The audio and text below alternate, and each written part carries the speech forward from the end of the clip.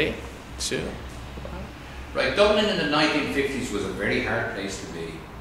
I remember walking around, all around the city. There was a lot of tenement houses like where we are here today in a very bad state of repair. I remember trams, you would see trams going up and down O'Connell Street. The Second World War had just finished in 1940, obviously 45.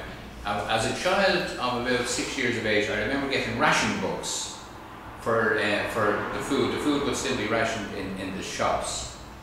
And each week you would get so much tea and sugar and bread. To your mother and father go out and get that for you for the week. School was very hard. This classroom I attended as a child of 6 or 7 would be a room like this, of about 50 pupils, a fireplace in the corner, and that would be the only heating you would have during the winter time. You would go to school with a very basic breakfast. You would come home at lunchtime for a very basic dinner, and if you didn't behave in school or you were slightly misbehaved as a child, which obviously you would, the teacher would have a cane or a strap 2 feet long, and you might get it across the back of the neck or across the back of the hands. For no reason in actual fact. If the teacher didn't like you, you'd get it. I didn't like school, but I found that I enjoyed English particularly. English was very good, and that was something I liked. Mathematics I liked as well. Irish, we all hated Irish because it was the way it was taught. It wasn't a proper Irish in the Irish context. Each teacher had a different way of doing the Irish for the students. What else happened? Then what happened when you would be 8 years of age in Ireland, we would make what we call our Holy Communion. Go to the church, you would receive the sacraments. And then when a couple of years later you would make your confirmation when you were about 12 or 13. I had left school 14 and a half, 15 years of age, and I went to a college and I learned engineering. Absolutely loved it.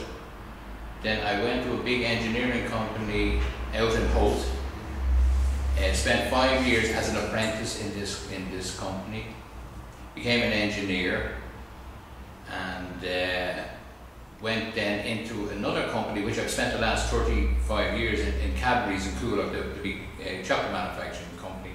That's where I spent the rest of my career in. Just go back to one point.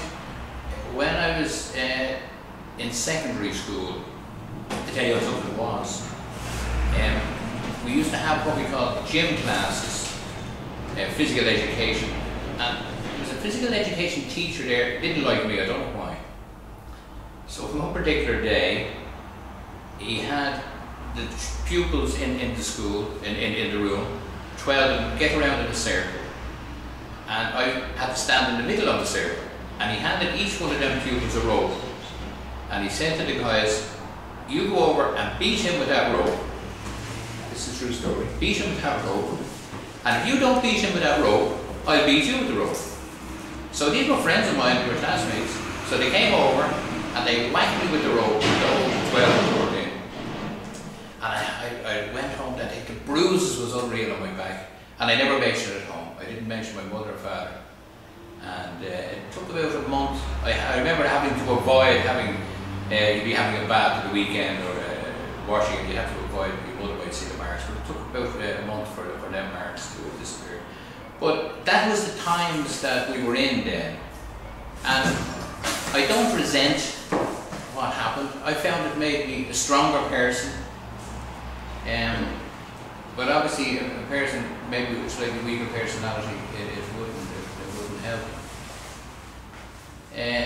I became, at around 21, 22 years of age, I got married.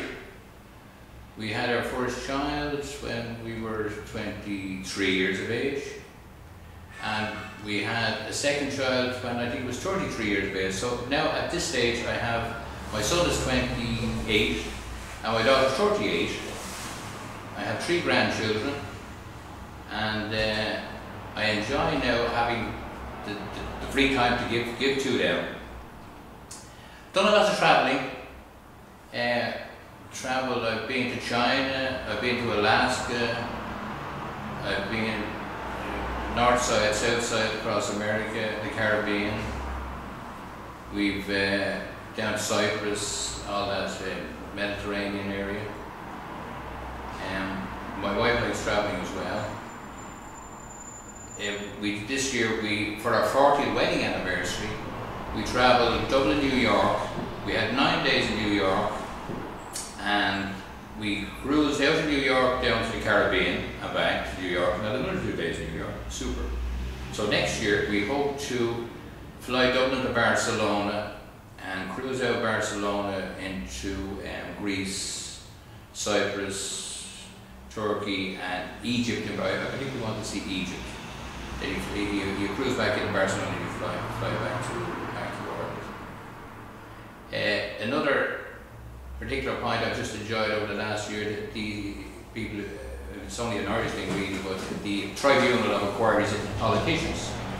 I've spent since last September watching the likes of Bertie Ahern and the other politicians up in Dublin Castle being grilled by a man called O'Neill, the senior counsel, and the story is obviously well known what went on there. So last week was the last time he was on.